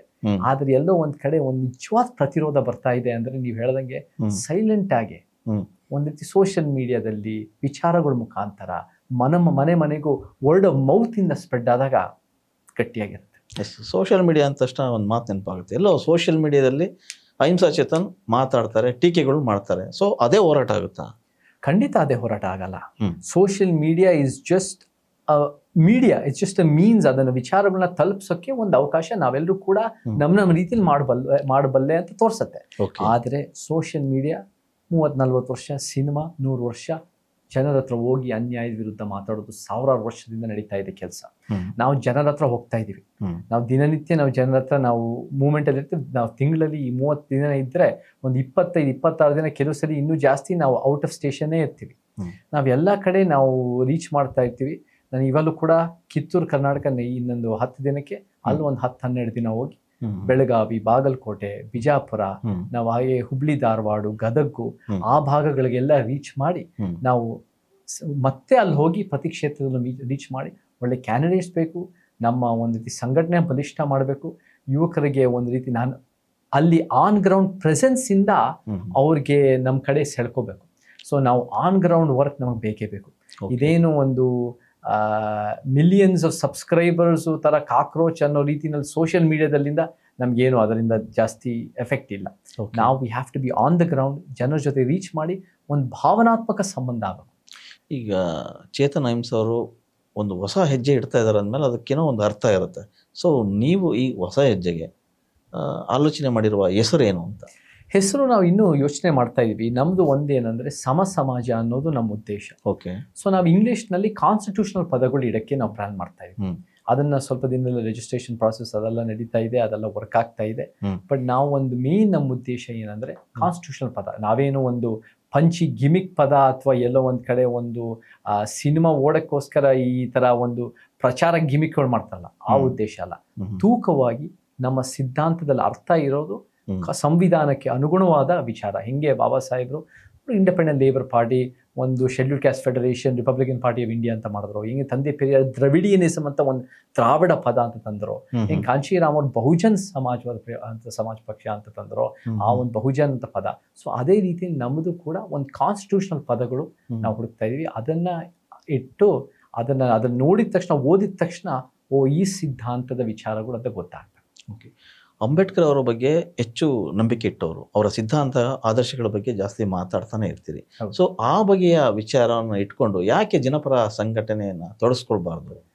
ಅದನ್ನು ನಾವು ಮಾಡ್ತಾ ಬರ್ತಾ ಇದ್ದೀವಿ. ಓಕೆ. ಅದನ್ನು ನಾವು ಭಾಳ ವರ್ಷಗಳಿಂದ ಮಾಡ್ತಾ ಇದ್ದೀವಿ. ನಮ್ಗೆ ಇವತ್ತಿನ ದಿನ ಅಂಬೇಡ್ಕರ್, ಪೆರಿಯಾರ್, ಕಾಂಶಿರಾಮ್ ಅವರ ವಿಚಾರಗಳೇ ನಾವು ಜನರ ಮುಂದೆ ಇಡ್ತಾ ಇದ್ದೀವಿ. ಬಟ್ ಅವರ ವಿಚಾರಗಳು ಇಟ್ಟಾಗ ಇದು ಒಂದು ಹಿಸ್ಟ್ರಿ ಲೆಸನ್ ಆಗಬಾರ್ದು. ಹಿಸ್ಟ್ರಿ ಲೆಸನ್ ಅನ್ನೋಕ್ಕಿಂತ ಅವರ ವಿಚಾರಗಳು ಅರ್ಥ ಮಾಡಿಕೊಂಡು ಅದನ್ನು ಇಂಟರ್ಪ್ರೆಟ್ ಮಾಡಿ ವರ್ತಮಾನದಲ್ಲಿ ಸಂಘಟನೆ ಮಾಡಿ ಭವಿಷ್ಯ ರೂಪಿಸಕ್ಕೆ ಅದು ಅನುಕೂಲ ಮಾಡಿಕೊಡ್ಬೇಕು, ಅವಕಾಶ ಮಾಡಿಕೊಡ್ಬೇಕು. ಸೊ ನಾವು ಒಂದು ಬಾಬಾ ಸಾಹೇಬ್ರ ವಾದ ನಮ್ಮ ಬೇಕೇ ಬೇಕು, ಬಟ್ ಅದು ಬರೀ ಚಳುವಳಿಗೆ ಸೀಮಿತ ಆಗಬಾರ್ದು. It must go to the next level and natural progression ಅಂದರೆ ಪೊಲಿಟಿಕಲ್ ಮೂಮೆಂಟು. ಬಾಬಾ ಸಾಹೇಬ್ರೇ ಅವರು ನಿಜವಾಗ್ಲೂ ಅವ್ರು 3 ಪಕ್ಷ ಕಟ್ಟಿದ್ರು. 2 ದೊಡ್ಡ ಹೋರಾಟ ಮಾಡಿದ್ದು, ಬಟ್ 3 ಪಕ್ಷ ಕಟ್ಟಿದ್ದು. ಅಂದರೆ 2 ದೊಡ್ಡ ಹೋರಾಟ ಅಂದರೆ ಮಹತ್ ಸತ್ಯಾಗ್ರಹ 27, ಕಾಲಾರಾಮ್ ಟೆಂಪಲ್ ಎಂಟ್ರಿ 30. ಅವೆರಡು ಹೋರಾಟಗಳಾದ್ಮೇಲೆ ಅವ್ರಿಗೆ ಗೊತ್ತಾಯಿತು ಹೋರಾಟ ಎಷ್ಟೇ ಮಾಡಿದ್ರು ಪರಿವರ್ತನೆ ಇಲ್ಲ. ಪರಿವರ್ತನೆ ಬೇಕು ಅಂದರೆ political power is the master key to open all locks and doors ಅನ್ನೋ ರೀತಿಯಲ್ಲಿ ಹೇಳ್ತಾರೆ. ಸೊ ಆ ದಿಕ್ಕಿನಲ್ಲಿ ಅವ್ರು ಆಮೇಲೆ ಇಂಡಿಪೆಂಡೆಂಟ್ ಲೇಬರ್ ಪಾರ್ಟಿ ಅಂತ ಆ ಟೈಮ್ನಲ್ಲಿ ವಿಶೇಷ ಏನಂದರೆ ವಿಜಯ್ ಅವರೇ 1935-36 ಇಂಡಿಪೆಂಡೆಂಟ್ ಲೇಬರ್ ಪಾರ್ಟಿ ಅಂತ ಬಾಬಾ ಸಾಹೇಬ್ ಕಟ್ತಾರೆ. 17 ಸೀಟಲ್ಲಿ ನಿಂತ್ಕೊಂತಾರೆ, ಅವರು 1 ಸೀಟ್ ನಿಂತ್ಕೊಂತಾರೆ. ಹೌದು, ಅವರು 15 ಸೀಟ್ನಲ್ಲಿ ಗೆಲ್ತಾರೆ. ಅವ್ರ ಸೀಟ್ ಸೇರಿ 17 ಸೀಟ್ಗೆ ನಿಂತಿದ್ದು. ಅವಾಗ ಏನು ವಿಶೇಷ ಅಂದರೆ ಅವಾಗ ಇದ್ದಿದ್ದು ವೋಟೇ 15% ಜನ ವೋಟ್ ಆಗ್ತಾ ಇತ್ತು. ಸೊ 15% ಯಾರು ಉಳ್ಳವರು, ದೊಡ್ಡ ದೊಡ್ಡ ಟ್ಯಾಕ್ಸ್ ಕಟ್ಟೋರು, ಗಂಡಸರು, ಹೆಂಗಸರು. ಬಾಬಾ ಸಾಹೇಬ್ ಸಮುದಾಯದವರು ಬಹುಶಃ 15% ಇರಲೇ ಇರಲಿಲ್ಲ. ಆದರೂ ಕೂಡ ಅವ್ರು 17 ಸೀಟಲ್ಲಿ 15 ಸೀಟ್ ಗೆದ್ದಿದ್ದಾರೆ. ಕರೆಕ್ಟ್. ಸೊ ನಮಗೆ ಏನು ಬೇಕು ಅಂದರೆ ನಮಗೆ ಐಡೆಂಟಿಟಿ ಪಾಲಿಟಿಕ್ಸ್ ಅಲ್ಲ. ಇವಾಗ ಮುಖ್ಯಮಂತ್ರಿ ಅವರು ಮಾತಾಡಿದ್ದಾರೆ, ಡಿ ಕೆ ಶಿವಕುಮಾರ್ ಅವರು ಏನು ಹೇಳಿದ್ದಾರೆ, ನಾನು ಒಕ್ಕಲಿಗ ನಾಯಕ ಅಂತ ಹೇಳ್ಕೊಂಡಿಲ್ಲ, ನಾನೊಬ್ಬ ಕಾಂಗ್ರೆಸ್ ನಾಯಕ. ಒಕ್ಕಲಿಗ, ಲಿಂಗಾಯತ, ಕುರುಬ ನಾಯಕಗೂ ಕಾಂಗ್ರೆಸ್ ನಾಯಕಗೂ ಏನು ವ್ಯತ್ಯಾಸ? ಎಲ್ಲ ಒಂದೇ. ನೀವೆಲ್ಲ ನಿಮ್ ಹುಟ್ಟಿರೋ ಜಾತಿ ನಾಯಕ ಅಥವಾ ಆ ಮಟ್ಟಿಗೆ ಹೋದ್ರೆ ನೀವೆಲ್ಲ ನಿಮ್ ಹುಟ್ಟಿರೋ ಜಾತಿನ ಪ್ರತಿನಿಧಿಗಳಷ್ಟೇ. ಆದ್ರೆ ನಮ್ಮ ಸಿದ್ಧಾಂತದ ಪ್ರತಿನಿಧಿಗಳು ಬಲಪಂಥಿ, ಎಡಪಂಥಿ ಮತ್ತೆ ನಮ್ಮ ಸತ್ಯಪಂಥ. ಸೊ ನಮ್ಮ ಸತ್ಯಪಂಥ ಸಿದ್ಧಾಂತ, ಅಂಬೇಡ್ಕರ್ ಸಿದ್ಧಾಂತ ಇಟ್ಟರೆ, ಪೆರಿಯಾರ್ ಸಿದ್ಧಾಂತ ಇಟ್ಟರೆ, ಕಾಂಶಿರಾಮ್ ಸಿದ್ಧಾಂತ ಇಟ್ಟರೆ, ಸಮ ಸಮಾಜ ಸಿದ್ಧಾಂತ ಇಟ್ಟರೆ ಜನ ಯಾವುದೇ ಜಾತಿ, ಲಿಂಗ, ಧರ್ಮ, ಮಾತೃಭಾಷೆ ಆಗಿರಿ ನಮ್ಮ ಜೊತೆ ನಿಂತ್ಕೊಳ್ಳೋ ಸಾಧ್ಯತೆಗಳು ಇರುತ್ತೆ. ಚುನಾವಣಾ ವ್ಯವಸ್ಥೆಯನ್ನ ವಿರೋಧಿಸಿದಂಥ ಅನೇಕ ಚಳವಳಿಗಳು ಇಲ್ಲಿ ಸೋಲನ್ನು ಅನುಭವಿಸಿವೆ. ಆದರೆ ಅಂತಹ ಚಳವಳಿ ಮೂಲಕ ರಾಜಕಾರಣಕ್ಕೆ ಬಂದು ನಾನು ಅಧಿಕಾರ ನಡೆಸಬಲ್ಲೆ, ಅದು ಅಷ್ಟು ಸುಲಭ ಅಲ್ವೇ ಅಲ್ಲ. ಬಟ್ ಚುನಾವಣೆಯ ಒಂದು ವ್ಯವಸ್ಥೆನ ನಾವು ಯಾವತ್ತೂ ವಿರೋಧ ಮಾಡಿಲ್ಲ. ಓಕೆ. ನಾವು ಈ ಸಮಾಜದಲ್ಲಿರೋ ಅನ್ಯಾಯಗಳನ್ನ ವಿರೋಧ ಮಾಡ್ಕೊಂಡು ಬರ್ತಾ ಇದ್ದೀವಿ. ಸಮಾಜದಲ್ಲಿರೋ ಆಳುವ ಶಕ್ತಿಗಳು ಮಾಡ್ತಿರೋ ಯೋಜನೆ, ನೀತಿಗಳು, ಕಾನೂನುಗಳು ಯಾವ್ಯಾವ ಜನ ವಿರೋಧ ಇದೆ ಅದನ್ನು ವಿರೋಧ ಮಾಡ್ತೀವಿ, ಯಾವ್ಯಾವ್ದು ಅಗತ್ಯ ಇದೆ ಅದನ್ನು ಬೇಕು ಅಂತೀವಿ. ಸೊ ನಾವು ಪಾಲಿಟಿಕ್ಸ್ ಮತ್ತು ಪೊಲಿಟಿಕಲ್ ಸಿಸ್ಟಮ್ ಜೊತೆ ಅದಕ್ಕೆ ಲಿಂಕ್ ಇಟ್ಕೊಂಡು ನಾವು ಕೆಲಸ ಮಾಡ್ಕೊಂಡು ಬರ್ತಾ ಇದ್ದೀವಿ. ಚುನಾವಣೆ ಬೇಡವೇ ಬೇಡ ಅಥವಾ ಎಲೆಕ್ಟೋರಲ್ ಪಾಲಿಟಿಕ್ಸ್ ಬೇಡವೇ ಬೇಡ ಅಂತ ಯಾವತ್ತೂ ಹೇಳಿಲ್ಲ. ಇನ್ಫ್ಯಾಕ್ಟ್ ನಮ್ಮ ಸಿದ್ಧಾಂತದಲ್ಲಿ ಎಲೆಕ್ಟೋರಲ್ ಪಾಲಿಟಿಕ್ಸ್ ಮೇಲೆ ಭಾಳ ನಂಬಿಕೆ ಇದೆ. ಬಟ್ ಆ ಎಲೆಕ್ಟೋರಲ್ ಪಾಲಿಟಿಕ್ಸ್ ತರಬೇಕು ಅಂದರೆ, ಚುನಾವಣೆಯ ರಾಜಕೀಯ ಬರಬೇಕು ಅಂದರೆ ನಾವು ಸಂಘಟನೆ ಮುಖಾಂತರ, ಚಳುವಳಿಗಳ ಮುಖಾಂತರ ನಾವು ಬರಬೇಕು ಅಂತ ನಮ್ಮ ಉದ್ದೇಶ. ಸೊ ಆ ದಿಕ್ಕನ್ನ ನಾವು ಕೆಲಸ ಮಾಡ್ತಾ ಇದ್ದೀವಿ. ನಿಜ ಹೇಳ್ಬೇಕಂದ್ರೆ ಬಾಬಾ ಸಾಹೇಬ್ರೆ ಎಲ್ಲರಿಗೂ ಒಂದು ಮತ ಹಕ್ಕಿನ ಕೊಟ್ಟಿದ್ದೇ ನಮ್ಮ ಅಂಬೇಡ್ಕರ್ ಅವರು. ಸೊ ಆ ಮತ ಹಕ್ಕಿನ ಕೊಟ್ಟಿದ್ದೇ ಅಂಬೇಡ್ಕರ್ ಅಂದಮೇಲೆ ನಮ್ಮ ಸಿದ್ಧಾಂತನೇ ಚುನಾವಣೆ ಅನ್ನೋ ಒಂದು ಪರಿಕಲ್ಪನೆಗೆ ನಿಜವಾಗ್ಲೂ ಅದಕ್ಕೆ ಶಕ್ತಿ ತುಂಬಿಸಿದ್ದೆ ನಮ್ಮ ಸಿದ್ಧಾಂತ. ಸೊ ನಾವು ಅದನ್ನು we always believe in the political process. ಆ ಪೊಲಿಟಿಕಲ್ ಪ್ರಾಸೆಸ್ಗೆ ಬಂದು ಎಷ್ಟು ಒಂದು ಉತ್ತಮ ಸಮಾಜ, ಸಮ ಸಮಾಜ ಕಟ್ಟೋದು ನಮ್ಮ ಉದ್ದೇಶ. ಸೊ ನಾವು ಏನೋ ಒಂದು ಈ ಗ್ಯಾರಂಟಿ ಯೋಜನೆ, ಒಂದು 5 kg ಅಕ್ಕಿ ಕೊಟ್ಬಿಟ್ಟ ತಕ್ಷಣ ಪರಿವರ್ತನೆ ಆಗುತ್ತೆ ನಂಬಿರೋಲ್ಲ. ಈ ಸಂಸ್ಥೆಗಳು, ಈ ಇನ್ಸ್ಟಿಟ್ಯೂಷನ್ಸ್, ಗವರ್ಮೆಂಟ್ ಆಸ್ ಎ ಇನ್ಸ್ಟಿಟ್ಯೂಷನ್ನ ಇಂಪ್ರೂವ್ ಮಾಡಬೇಕು, ಸಂಪೂರ್ಣವಾಗಿ ಪರಿವರ್ತನೆ ಮಾಡಬೇಕು. ನಾವು ಒಂದು education as institution, health care, police, prisons, over all institution building ಮಾಡಿದ್ರೆ ಆವಾಗ ಒಂದು ಲಾಂಗ್ ಟರ್ಮ್ ಕರ್ನಾಟಕಕ್ಕೆ ಬೆನಿಫಿಟ್ ಆಗತ್ತೆ ಹೊರತು ನಾವು ಅಧಿಕಾರಕ್ಕೆ ಬರೋದು ಹೋಗೋದಲ್ಲ. The state will benefit. Okay. ಕರ್ನಾಟಕದಲ್ಲಿ ಪ್ರಾದೇಶಿಕ ಪಕ್ಷಗಳು ಒಂದಿಷ್ಟು ಬೇರೆ ಬೇರೆ ಪಕ್ಷಗಳಿಗೆ ಬಲವಾಗಿ ಇರುವಂಥವು, ಅಂದರೆ JDS ಆಗಿರ್ಬೋದು, ಬೇರೆ ಬೇರೆ ಪಕ್ಷಗಳು ಕೂಡ ಒಂದು ಸರ್ಕಾರ ರಚನೆ ಮಾಡೋಕ್ಕೆ ಪ್ರಮುಖ ಪಾತ್ರವನ್ನು ವಹಿಸುವಂಥವು. ಮುಂದಿನ ದಿನಗಳಲ್ಲಿ ನೀವೇ ಹೇಳ್ದಂಗೆ ಉತ್ತರ ಕರ್ನಾಟಕ ಭಾಗದಲ್ಲಿ ಒಂದಿಷ್ಟು ಪವರ್ ಆಗಿ ಬಂದು ಬೇರೆ ಯಾವುದೋ ಸರ್ಕಾರ ಬಂತು ಅಂದರೆ ಆ ಸಿದ್ಧಾಂತಗಳನ್ನು ನಿಮಗೆ ಒಪ್ಕೊಂಡು ಜೊತೆಗೆ ಹೋಗ್ಲಿಕ್ಕೆ ಹೊಂದ್ಕೋತೀರಾ ಹೇಗೆ ಅಂತ ನೋಡಿ. ನಮಗೆ ಯಾರೇ ಸಮಾಜಕ್ಕೋಸ್ಕರ ನಿಂತ್ಕೊಳ್ತಾರೋ ಅವ್ರ ಜೊತೆ ಕೈ ಜೋಡ್ಸೋಕೆ ನಾವು ತಯಾರಿ. ನಮ್ಮ ಸಿದ್ಧಾಂತದ ಜೊತೆ ಯಾರು ಇರ್ತಾರೋ, ಯಾವುದೇ ನೀವು ಅಸ್ಮಿತೆ ಆಗಿರಿ, ಅಸ್ಮಿತೆ ಮೇಲೆ ನಾವು ಯಾವುದು ಆಯ್ಕೆ ಮಾಡಲ್ಲ, ಅದೆಲ್ಲ ಬೈ ಚಾನ್ಸು. ಅದು ಯಾರೋ ಅಪ್ಲಿಕೇಶನ್ ಹಾಕಿ ನಮ್ಮ ಲಿಂಗನೋ, ಜಾತಿನೋ, ಧರ್ಮನೋ, ಊರೋ, ಇದ್ಯಾವುದು ನಾವು ಮಾತೃಭಾಷೆನೋ ಯಾರು ಆಯ್ಕೆ ಮಾಡಲ್ಲ.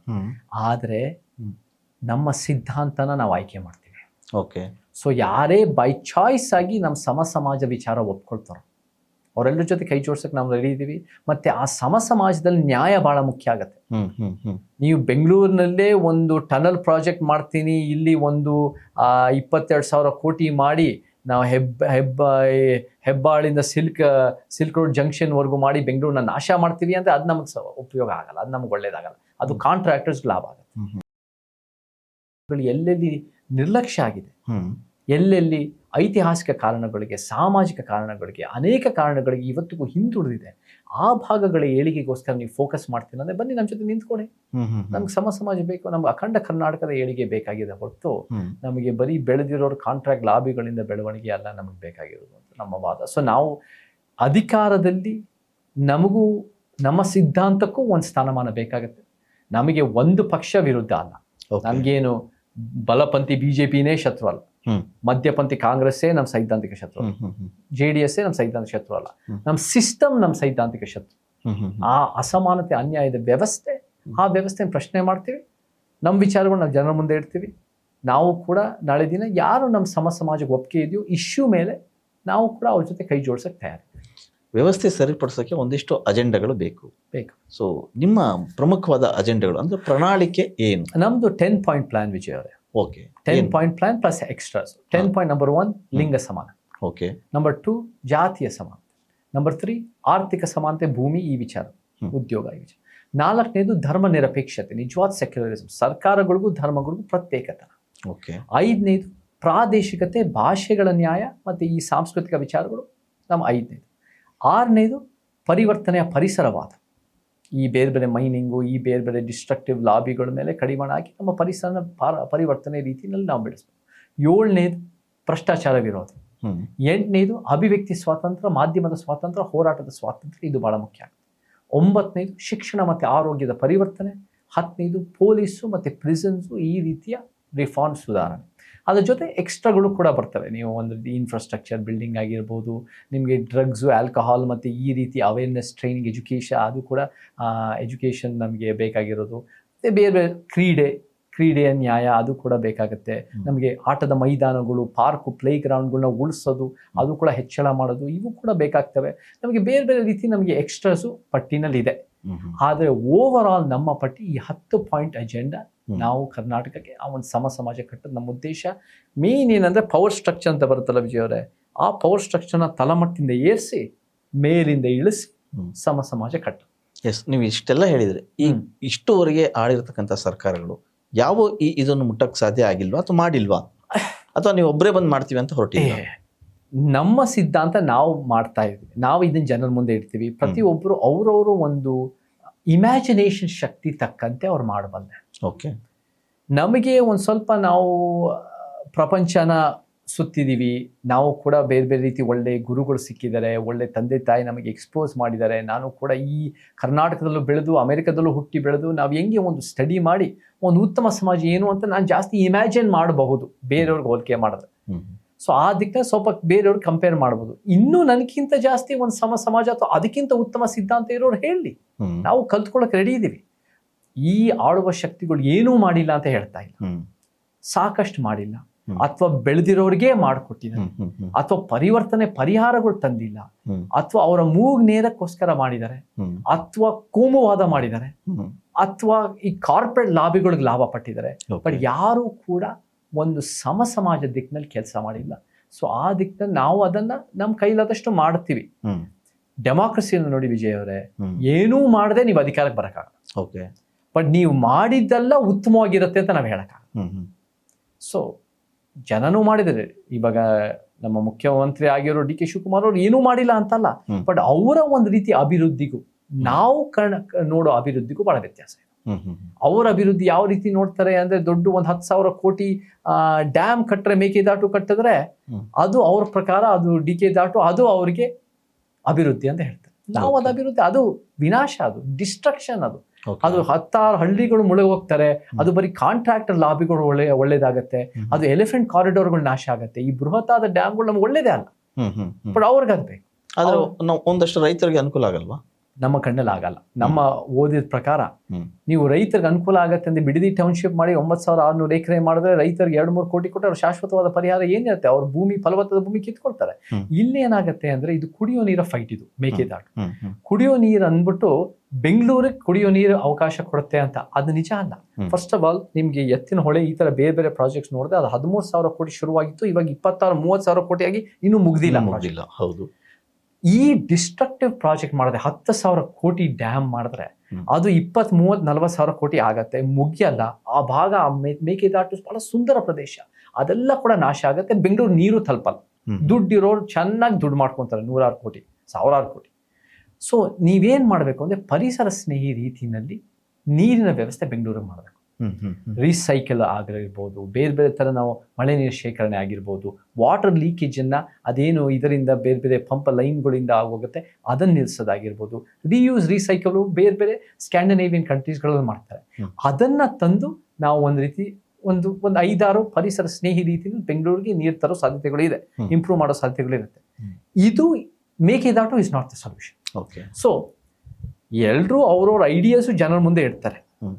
ಆದ್ರೆ ಅವ್ರವ್ರ ಐಡಿಯಾಸು ಎಲ್ಲ ಜನ ಪರವಾಗಿರತ್ತೆ ಅಂತ ಹೇಳಕ್ಕಾಗಲ್ಲ. ಹ್ಮ್. ಹ್ಮ್. ಹ್ಮ್. ಹ್ಮ್. ಅವ್ರ ಬ್ಯಾಂಕ್ ಬ್ಯಾಲೆನ್ಸ್ ಪರವಾಗಿದ್ರು ಇರ್ಬೋದು, ಅವರ ಒಂದು ಆಲೋಚನೆಯ ಹಿತಿಮಿತಿಗಳಿಗೆ ಸೂಕ್ತವಾಗಿ ಅವರು ಹೇಳ್ತಾರೆ. ಹ್ಮ್. ಬಟ್ ಅವರು ನಿಜವಾದ ಸಮಾಜದ ಸಮಸ್ಯೆಗಳು ಪರಿಹಾರ ಕೊಡ್ತಾರ ಅನ್ನೋ ಪ್ರಶ್ನೆ ಇರುತ್ತೆ. ಮುಖ್ಯಮಂತ್ರಿ ಸಿದ್ದರಾಮಯ್ಯನವರು 5 kg ಅಕ್ಕಿ ತಪ್ಪಂತ ಹೇಳ್ತಾ ಇದ್ದಾರೆ. ಹ್ಮ್. ಹ್ಮ್. ಬಟ್ 5 kg ಅಕ್ಕಿ ಕೊಟ್ಟಿದ ತಕ್ಷಣ ನಮ್ಮ ಅಸಮಾನತೆಯ ವ್ಯವಸ್ಥೆಗೆ ಅದು ಸರಿಪಡಿಸ್ಬಿಡುತ್ತಾ? ಹ್ಮ್. ಹ್ಮ್. ಹ್ಮ್. ಇವತ್ತು ನಮಗೆ ಬಡತನ ಒಂದು ದೊಡ್ಡ ಸಮಸ್ಯೆನೇ. ಆದರೆ 50 ವರ್ಷ ಹಿಂದೆ ತರ ಇವತ್ತು ಯಾರು ಊಟ ಇಲ್ಲದೆ ಸಾಯ್ತಾ ಇಲ್ಲ. ನಾನು ಎಲ್ಲ ಕಡೆ ಕರ್ನಾಟಕ ಹೋಗ್ತೀನಿ, ಅಲೆಮಾರಿಗಳಿಗೂ ಬಹಳ ಕಡು ಬಡತನ ಬದುಕ್ತಾ ಇದ್ದಾರೆ, ಗುಡಿಸ್ತನ ಬದುಕ್ತಾ ಇದ್ದಾರೆ. ಇವಾಗ ತಾನೇ ರಾಮನಗರ ಅಂತ ಕಲಬುರಗಿ ಸಿಟಿ ಟೌನ್ನಲ್ಲೇ 70 ಕುಟುಂಬಕ್ಕೆ ಹೋಗಿ ವಿಸಿಟ್ ಮಾಡಿ ನಾವು DC ಹತ್ರ ಹೇಳಿ ಎಲ್ಲ ಕೆಲಸ ಮಾಡ್ತಾ ಇದ್ವಿ, ಅವ್ರಿಗೆ ಒಂದು ಪುನರ್ವಸತಿ ಮಾಡಬೇಕು ಅಂತ. ಹ್ಮ್. ಹ್ಮ್. ಬಟ್ ಅವ್ರಿಗೂ ಕೂಡ ಒಂದು ಇವತ್ತಿಗೆ ಹ್ಮ್. ಒಂದು ಹೊಟ್ಟೆ ಹಸ್ಕೊಂಡು ಸಾಯ್ತಾ ಇಲ್ಲ. ಓಕೆ. ನಾವೇನ್ ಮಾಡಬೇಕು ಅಂದ್ರೆ 5 kg ಅಕ್ಕಿ ಕೊಟ್ಟಿದ ತಕ್ಷಣ ಪರಿವರ್ತನೆ ಅಲ್ಲ. ನಾವೇನ್ ಮಾಡಬೇಕು ಅಂದ್ರೆ ಈ ಅಸಮಾನತೆ, ನಮ್ಮ ಅಲೆಮಾರಿಗಳು ಇವ್ರಿಗೆಲ್ಲ ಒಂದು ಗುಡಿಸಲು ಮುಕ್ತ ಕರ್ನಾಟಕ ಮಾಡಿ ಅವ್ರಿಗೆ ಒಂದು ಅವ್ರ ಜೀವನಕ್ಕೆ ಒಂದು ಶಾಶ್ವತವಾದ ಒಂದು ಪರಿಹಾರ ಕೊಟ್ಟು, ಹ್ಮ್. ಈ 1413 ಕೋಟಿ ಇರುವಂತ ರಾಜಕಾರಣಿಗಳು ಮತ್ತೆ ಬಹಳ ಅಗರ್ಭ ಶ್ರೀಮಂತ ರಾಜಕಾರಣಿಯಿಂದ ಇಳಿಸಿ ಅವ್ರನ್ನ ಕಿತ್ತು ಮರು ಹಂಚಿಕೆ ಮಾಡಬೇಕು. ಹ್ಮ್. ಹ್ಮ್. ನೋಡಿ ವಿಜಯ್ ಅವರೇ, ಬಡವರ ಮಕ್ಕಳು ಬೆಳಿಬೇಕು ಅಂದ್ರೆ ಯಾರು ತಕರಾರು ಎತ್ತಲ್ಲ. ಹೌದು. ಅದು ಏನೋ ಬಹಳ ದೊಡ್ಡ ಮಟ್ಟದ ಆಲೋಚನೆ ಅಂತ ಮಾತಾಡ್ತೀವಿ. ಯಾವಾಗ ಬಡತನ ಕಿತ್ತಾಕ್ಬಿಟ್ಟು ಬಡವ್ರ ಮಕ್ಕಳು ಬೆಳಿಲೇಬೇಕು, ಅದು ಗೊತ್ತಿದೆ. ಆದರೆ ನಮ್ಮ ವಾದದಲ್ಲಿ ಅದು ಅಷ್ಟೇ ಅಲ್ಲ, ಆಳುವ ಶಕ್ತಿಗಳು ಪ್ರಭಾವಿ 100,000 ಕೋಟಿ ಇರೋದ್ರಿಂದ ಇಳಿಸ್ಬೇಕು. ಹ್ಮ್. ಹ್ಮ್. ಹ್ಮ್. ಅವಲೇ ನೋಡಿ ಸಮಾಜ ಕಟ್ಟಕ್ಕಾಗುತ್ತೆ. ಓಕೆ. ನಾವು ಮೇಲಿಂದ ಇರೋನ ಇಳಿಸ್ಬೇಕು ಅಂದಾಗ ವಿವಾದಗಳಾಗತ್ತೆ. ಹ್ಮ್. ಬಟ್ ಆ ವಿವಾದಗಳು ಅಂದಾಗ ನಾವು ಹೇಳಿದ ತಪ್ಪಂತ ಅಲ್ಲ, ಅದು ಸಮಾಜ ಒಪ್ಕೊಳ್ಳೋಕೆ ಸ್ವಲ್ಪ ಸಮಯ ತಗೊಳತ್ತೆ, ಸ್ವಲ್ಪ ಟೈಮ್ ತಗೊಳತ್ತೆ. ಎಸ್. ಆಗ್ಲಿ, ಚರ್ಚೆಗಳಾಗ್ಲಿ. ನಾವು ಹೇಳಿದ ಚರ್ಚೆಯಿಂದನೇ ನಾವು ಒಂದು ಗಟ್ಟಿಯಾದ ಪ್ರಜಾಪ್ರಭುತ್ವ ಕಟ್ಟಕ್ಕಾಗುತ್ತೆ. ಹ್ಮ್. ಸೊ ಈ ವಿವಾದ ಅಂದಾಗ ಅದು ಒಂದು ಕೆಟ್ಟದು ಅಂತ ನಾನು ನೋಡಲ್ಲ. ವಿವಾದ ಅಂದಾಗ ಸಮಾಜ ಈ ರೀತಿನೂ ಯೋಚನೆ ಮಾಡಬಹುದಾ, ಹ್ಮ್. ಈ ರೀತಿ ಯೋಚನೆ ಮಾಡಿದ್ರೆ ಸಮಾಜಕ್ಕೆ ಒಳ್ಳೇದಾ ಅಂತ ಒಬ್ಬರೊಬ್ರು ಮಾತಾಡ್ತಾ ಇರ್ತಾರೆ, ಚರ್ಚೆ ಮಾಡ್ತಾ ಇರ್ತಾರೆ, ಮೆಲ್ಕ್ ಹಾಕ್ತಾ ಇರ್ತಾರೆ ವಿಚಾರ. ಓಕೆ. ಸೊ ಆ ದಿಕ್ಕನ್ನ ನಾನು ನೋಡ್ತೀನಿ. ಇತ್ತೀಚೆಗಷ್ಟೇ ದೇಶಾದ್ಯಂತ ಕಾಕ್ರೋಚ್ ಸೌಂಡ್ ಮಾಡ್ತು. ಕಾಕ್ರೋಚ್ ಜನತಾ ಪಕ್ಷ ಅನ್ನೋದು ಒಂದಿತ್ತು. ಎಲ್ಲೋ ಒಂದು ಕಡೆಗೆ ಇದು ಬಂದ ತಕ್ಷಣ ದೊಡ್ಡ ಪಕ್ಷಗಳೇ ಕೂಡ ಭೀತಿಗೊಂಡು ನಿಜ ಅದನ್ನು ಹತ್ತಿಕ್ಕುವಂಥ ಕೆಲಸ ಕೂಡ ಆಯಿತು. ನಿಮ್ಮ ಪ್ರಕಾರ ಕಾಕ್ರೋಚ್ ಜನತಾ ಪಕ್ಷ ಅಂದರೆ ಜನ್ಜಿ ಯೂತ್ಸ್ ಒಗ್ಗೂಡಿದರೆ ಏನಾದರೂ ಸಾಧ್ಯನಾ ಬದಲಾವಣೆ? ಕಾಕ್ರೋಚ್ ಅನ್ನೋ ಪರಿಕಲ್ಪನೆ ಬಂದಿರೋದು ಒಳ್ಳೆಯದೇ. Okay. It's a good thing. Youths ಅನ್ನೋರು ಪೊಲಿಟಿಕಲ್ ಸಿಸ್ಟಮ್ ಬಗ್ಗೆ ಕಾಳಜಿ ಇದೆ, ಪೊಲಿಟಿಕಲ್ ಬದಲಾವಣೆ ಬೇಕು ಅಂತ ಬಯಸ್ತಾರೆ. They are aware. Yes. They are ಅವ್ರ ಜೀವನಕ್ಕೆ, ರಾಜ್ಯ ದೇಶದ ಭವಿಷ್ಯಕ್ಕೆ ಭಾಳ ಕಾಳಜಿ ಇದೆ. ಕಾಕ್ರೋಚ್ ಅನ್ನೋದು is a very resilient creature. ಅದು 30 ಕೋಟಿ ವರ್ಷಗಳಿಂದ ಬಂದಿದೆ. ಅದು ಫೈಟಿಂಗ್ ಸ್ಪಿರಿಟ್. ನಾನೇನು ಕೇಳಿದ್ದೀನಿ ಅಂದರೆ ಒಂದು ಆಟಮ್ ಬಾಂಬ್ ಬಿದ್ದರೂ ಕೂಡ ಎಷ್ಟೋ ಕಾಕ್ರೋಚ್ಗಳು ಬದುಕ್ತವೆ ಅಂತ ಕೇಳಿದ್ದೀವಿ. So they are a very strong creature. ಅದು CJI ಆ ರೀತಿ ಯುವಕರನ್ನ ಒಂದು ರೀತಿ ಒಂದು ಕೇವಲವಾಗಿ ಮಾತಾಡಿದ್ದಕ್ಕೆ ಆ ಒಂದು ಕಾಕ್ರೋಚ್ ಪರಿಕಲ್ಪನೆ, ಪ್ಯಾರಾಸೈಟ್ಸ್ ಅಂತ ಮಾತ್ರ ಪರಿಕಲ್ಪನೆ. ಆದರೆ ನೀವು ಎಷ್ಟೇ ಸೋಷಿಯಲ್ ಮೀಡಿಯಾ ಫಾಲೋವರ್ಸ್ ಇದ್ರು, ಎಷ್ಟೇ ಉತ್ಸಾಹ ಇದ್ರು, ಎಷ್ಟೇ ರಾಜ್ಯಕ್ಕೆ ದೇಶಕ್ಕೆ ಏನೋ ಬದಲಾವಣೆ ಬೇಕು ಅಂದ್ರೂ ಕೂಡ ನಿಮಗೆ ಸಮಾಜದ ಸಮಸ್ಯೆಗಳ ಅರ್ಥ ಮಾಡಿಕೊಂಡು ಅದಕ್ಕೆ ಪರಿಹಾರ ಕೊಟ್ಟಿಲ್ಲ ಅಂದರೆ it will not be a transformative vision. Okay. CJP cockroach Janata ಪಕ್ಷ ಅದನ್ನ ವರ್ಸಸ್ BJP ಅಂತ ಮಾಡಿದ್ರೆ ಅದರಿಂದ ಏನು ಉಪಯೋಗ ಇಲ್ಲ. ಓಕೆ.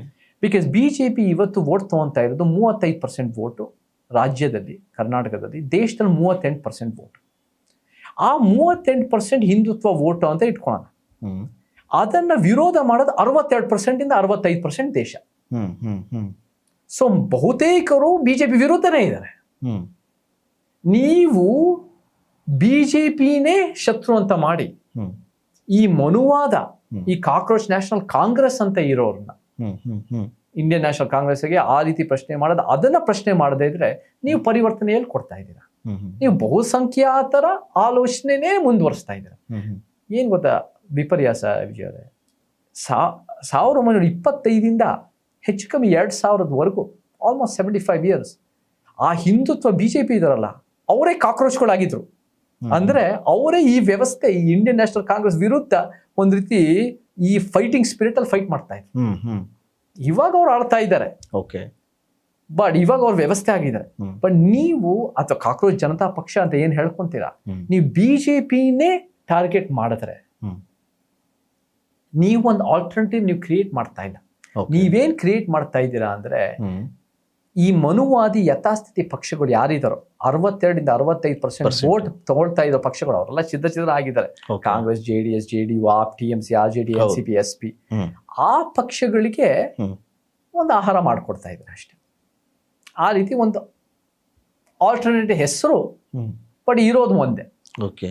ನಾವು ನೋಡಿ ಏನ್ ಮಾಡ್ತಾ ಇದೀವಿ ಅವರೇ ಅಂದ್ರೆ ಈ ಎಲ್ಲ ಪಕ್ಷಗಳು 2900 ಮತ್ತೆ 3000 ಪಕ್ಷಗಳು ಯಾವುದಿದ್ದಾರೆ ದೇಶದಲ್ಲಿ, ಅವರೆಲ್ಲರಿಗಿಂತ ವಿಭಿನ್ನವಾದ ವಿಚಾರಗಳು ನಾವು ಜನರ ಮುಂದೆ ಇಡಕ್ಕೆ ಪ್ರಯತ್ನ ಪಡ್ತಾ ಇದ್ದೀವಿ.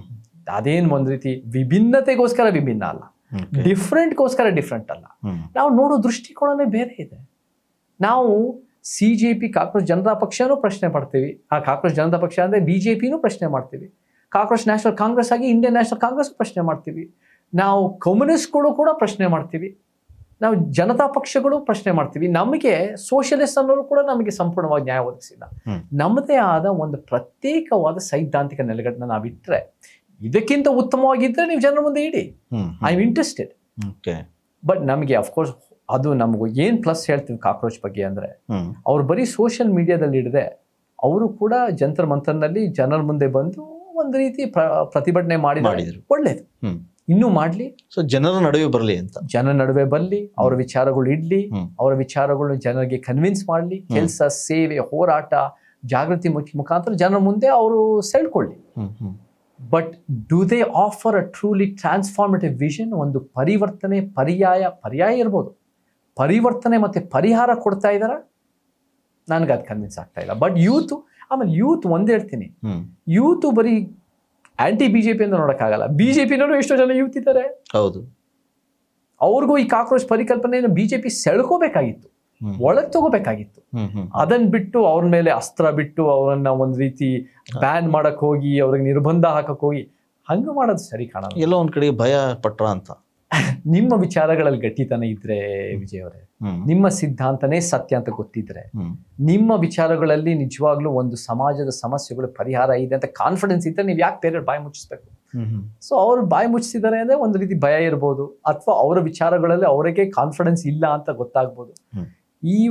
ಅಥವಾ ಅವರನ್ನ ಯಾರೇ ಪ್ರಶ್ನೆ ಮಾಡಿದ್ರು ಅವ್ರನ್ನ ಒಂದು ರೀತಿ ಸೈಲೆನ್ಸ್ ಮಾಡೋ ಮನೋಭಾವ, ಒಂದು ಅನ್ಡೆಮೊಕ್ರಾಟಿಕ್. ಅದಕ್ಕೆ ನಮ್ಮ ನಂಬರ್ 8 ನಮ್ಮ ಲಿಸ್ಟ್ ಅಲ್ಲಿ ಅಭಿವ್ಯಕ್ತಿ ಸ್ವಾತಂತ್ರ್ಯ ಅನ್ನೋದು ಕೂಡ ಬಹಳ ಮುಖ್ಯ. ಈ ಸ್ಯಾಟೈರ್, ಪೊಲಿಟಿಕಲ್ ಸ್ಯಾಟೈರ್, ಇದು ಒಂದು ಹಾಸ್ಯ, ಇದು ಒಂದು ಕಾಮಿಡಿ. ಅದೇ ರೀತಿ ಒಂದು ರೀತಿ ನಗಬೇಕು ಹೊರತು ಅದನ್ನ ಸೀರಿಯಸ್ ಆಗಿ ತಗೊಂಡು ಬ್ಯಾನ್ ಮಾಡೋದ್ರಲ್ಲಿ ಅದು ಒಳ್ಳೆ ಅವ್ರಿಗೆ ಶೋಭೆ. ಒಂದು ವೇಳೆ ಕಾಕ್ರೋಚ್ ಜನತಾ ಪಕ್ಷ ಒಂದು ಪಕ್ಷವಾಗಿ ಹೊರಹೊಮ್ಮಿ ಇಲ್ಲಿಗೂ ಬಂದು ನಿಂತರೆ ಚೇತನ್ ಅಹಿಂಸಾ ಅವರ ಬೆಂಬಲ ಇರುತ್ತಾ? ನನಗೆ ಅವರ ಸಿದ್ಧಾಂತ ಏನು ಅಂತ ಗೊತ್ತು ಮಾಡ್ಕೋಬೇಕು. ನಾನು ಯಾವ ವ್ಯಕ್ತಿ ಅಥವಾ ಪಕ್ಷ ಅಷ್ಟು ಸುಲಭವಾಗಿ ನಾನು ಒಪ್ಪೋನಲ್ಲ. ಓಕೆ. ಅವ್ರಿಗೆ ನಮ್ಮ ವಿಚಾರಗಳು, ಅವರು ಸಮಾಜಕ್ಕಿಂತ ಉತ್ತಮವಾದ ವಿಚಾರ ತರ್ತಾರೆ ಅಂದ್ರೆ ಖಂಡಿತ ಅವ್ರ ಜೊತೆ ನಾವು ಸೇರ್ಕೊಳಕ್ ರೆಡಿ ಇದೀವಿ. ಅದು ಏನು ಅಂತ ನನಗೆ ಗೊತ್ತಿಲ್ಲ. ಸಮಾಜಕ್ಕೆ ಉತ್ತಮ ವಿಚಾರಗಳು ಯಾವ್ದು ನನಗೆ ಗೊತ್ತಿಲ್ಲ. ಇನ್ನು ನಾನು ದೇಶದಲ್ಲಿ ಯಾರಿಂದನೂ ಕೇಳಪಟ್ಟಿಲ್ಲ. ಅವರು ಕಾಕ್ರೋಚ್ ಜನತಾ ಪಕ್ಷ ಬೆಂಗಳೂರು ಕರ್ನಾಟಕಕ್ಕೆ ಬಂದರೆ ಬರಲಿ, ಅವರು ಕಟ್ಕೊಂಡು ಕೆಲಸ ಮಾಡಲಿ, ಎಲ್ಲರೂ ಕೆಲಸ ಮಾಡಲಿ. ನಮಗೆ ಅದು ಒಂದೇ ಅಲ್ಲ, ಎಲ್ಲ ಪಕ್ಷಗಳು ಬರಲಿ. ಆದರೆ ನನ್ನ ಕಣ್ಣಲ್ಲಿ ನಮ್ಮ ಸಿದ್ಧಾಂತ ನೋಡಿ ವಿಜಯ್ ಅವರೇ, ಒಂದು ಬಾಬಾ ಸಾಹೇಬ್ರ ಆಟೋಬಯೋಗ್ರಫಿ ಪುಸ್ತಕ ಇಟ್ಕೊಂಡಿದ್ದ ತಕ್ಷಣ ನೀವು ಅಂಬೇಡ್ಕರ್ ವಾದಿ ಆಗ್ತೀರಾ ಅಂತ ನಾನು ಕಾಣಲ್ಲ. ನನ್ನ ಕಣ್ಣಲ್ಲಿ ನೀವು ಬಾಬಾ ಸಾಹೇಬ್ರ ಫೋಟೋ ಹಾಕೊಂಡಿದ್ದಲ್ಲ ನಮಗೆ ಬೇಕಾಗಿರೋದು, ನೀವು ಅಂಬೇಡ್ಕರ್ ವಾದನ ಜನರ ಮುಂದೆ, ನೀವು ಒಂದು ಸಿದ್ಧಾಂತ ನೀವು ಜನರ ಮುಂದೆ ಇಡಿ. ಅದು ನಿಮ್ಮ ವಿಚಾರಗಳು, ನೀವು ಅಂಬೇಡ್ಕರ್ ವಾದನ ಇಂಟರ್ಪ್ರಿಟ್ ಮಾಡಿ. ವಾಟ್ ಈಸ್ ಅಂಬೇಡ್ಕರಿಸಮ್ ನೋಡಿ.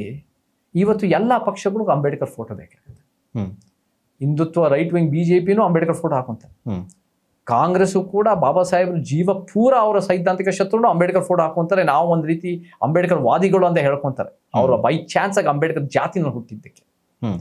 ಕಮ್ಯುನಿಸ್ಟ್ಗೂ ಅಂಬೇಡ್ಕರ್ ವಾದ ಯಾವತ್ತೂ ಒಂದು ರೀತಿ ಒಪ್ಪಿಗೆ ಇರಲಿಲ್ಲ. ಅವರು ಕೂಡ ಅಂಬೇಡ್ಕರ್ ಫೋಟೋ ಹಾಕೊಂತಾರೆ. ಅಂಬೇಡ್ಕರ್ ಫೋಟೋಗೆ ಈ ವ್ಯವಸ್ಥೆನಲ್ಲೇ ನನಗೆ ಅಷ್ಟೊಂದು ಅದಕ್ಕೆ ವ್ಯಾಲ್ಯೂ ಇದೆ ಅಂತ ಹೇಳಲ್ಲ. ಬಟ್ ಅಂಬೇಡ್ಕರ್ ವಿಚಾರಗಳು ಕ್ರಾಂತಿ, ಆ ವಿಚಾರಗಳನ್ನ ನಾವು ಜನರ ಮುಂದೆ ಇಡ್ತೀವಿ. ಚೇತನ್ ಕೂಡ ಅಂಬೇಡ್ಕರ್ ವಿಚಾರಗಳನ್ನ ಇಟ್ಕೊಂಡು ಮುಂದಕ್ಕೆ ಹೋಗ್ತಾ ಇದ್ದಾರೆ. ಎಲ್ಲರ ಫೋಟೋ ಇಟ್ಕೋತಾರೆ, ನೀವು ಅವ್ರ ವಿಚಾರನ ಹೇಳ್ತಾ ಇದ್ದೀರಿ. ನಾವು ನನ್ನ ಪ್ರಕಾರ ವಿಜಯ್ ಅವರೇ, ಅಂಬೇಡ್ಕರು ಎಲ್ಲರಿಗೂ ಸೇರಿದ್ದು, ದೇಶಕ್ಕೆ ವಿಶ್ವಕ್ಕೆ ಸೇರಿದ್ದಲ್ಲ. ನನ್ನ ಪ್ರಕಾರ ನಮ್ಮಂತ ಸಮಾನತಾವಾದಿಗಳಿಗೆ ಮಾತ್ರ ಸೇರಿದ್ದು ಅಂಬೇಡ್ಕರ್. ಅದು ನಾವು ಯಾರು ಬಾಯಿ ಮುಚ್ಚಕ್ಕಾಗಲ್ಲ. ಸೊ ನಾವೇನ್ ಮಾಡ್ತೀವಿ ಗೊತ್ತಾ, ಬಲಪಂಥಿಯವರು ಅಂಬೇಡ್ಕರ್ ಸಾವರ್ಕರ್ ಮಾಡ್ತಾರೆ, ಅವ್ರು ಅದು ಮಾಡ್ಕೊಳ್ಳಿ, ಅದು ಒಪ್ಪಿಗೆ ನಮಗೆ ಸಮೀಕರಿಸಕ್ಕಾಗಲ್ಲ. ಮಧ್ಯಪಂಥಿಯವರು ಅಂಬೇಡ್ಕರ್ ಗಾಂಧಿ, ಅಂಬೇಡ್ಕರ್ ಜಗಜೀವನ್ ರಾಮ್ ಅಂತ ಮಾಡ್ತಾರೆ, ಆ ಮನುವಾದಿಗಳು, ಅದು ನಾವು ಒಪ್ಪಲ್ಲ. ಎಡಪಂಥಿಯವರು ಅಂಬೇಡ್ಕರ್ ಮಾರ್ಕ್ಸ್ ಅಂತ ಮಾಡ್ತಾರೆ, ಅದು ನಾವು ಒಪ್ಪಲ್ಲ. ನಾವೇನ್ ಮಾಡ್ತೀವಿ ಅಂದ್ರೆ ಸತ್ಯಪಂಥಿಯವರು ಅಂಬೇಡ್ಕರ್ ಮತ್ತೆ ಪೆರಿಯಾರ್ ಅಂತ ತರ್ತೀವಿ. ನಮ್ದೇ ಬೇರೆ ಸಿದ್ಧಾಂತ. ಅಂಬೇಡ್ಕರ್ ಪೆರಿಯಾರ್ ಅಂದಾಗ ಅದು ಒಂದು ಕ್ರಾಂತಿಯ ಕಿಡಿಯದು. ಸೊ ನಿಮ್ಗೆ ನಿಜವಾಗ್ಲೂ ಅಂಬೇಡ್ಕರ್ ವಿಚಾರಗಳು ಇದ್ರೆ ಫೋಟೋ ಬೇಕಾಗಲ್ಲ, ಈ ಹಿಂದೆ ಸ್ಟ್ಯಾಚ್ಯೂಗಳು ಬೇಕಾಗಲ್ಲ. ಹೆಚ್ಚಿನ ವಿಡಿಯೋಗಳಿಗೆ ಪ್ರತಿಧ್ವನಿ ಯೂಟ್ಯೂಬ್ ಚಾನೆಲ್ ಸಬ್ಸ್ಕ್ರೈಬ್ ಮಾಡಿ, ಬೆಲ್ ಐಕಾನ್ ಕ್ಲಿಕ್ ಮಾಡಿ.